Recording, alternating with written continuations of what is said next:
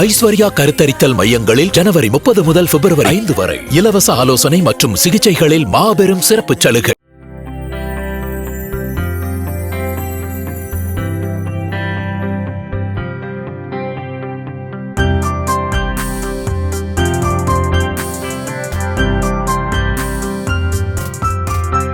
தைப்பூச திருநாளில் சிவகாசி சட்டமன்ற தொகுதியில் தேர்தல் பிரச்சாரத்தை தொடங்கிய அதிமுக முன்னாள் அமைச்சர் KT ராஜேந்திர பாலாஜி காய்கறி சந்தைக்கு சென்று துண்டு பிரசுரங்களை வழங்கியும் காய்கறிகளை விற்பனை செய்து கொடுத்தும் பொதுமக்கள் மற்றும் வியாபாரிகளிடம் இரட்டை இலை சின்னத்திற்கு வாக்குகளை சேகரித்தார்.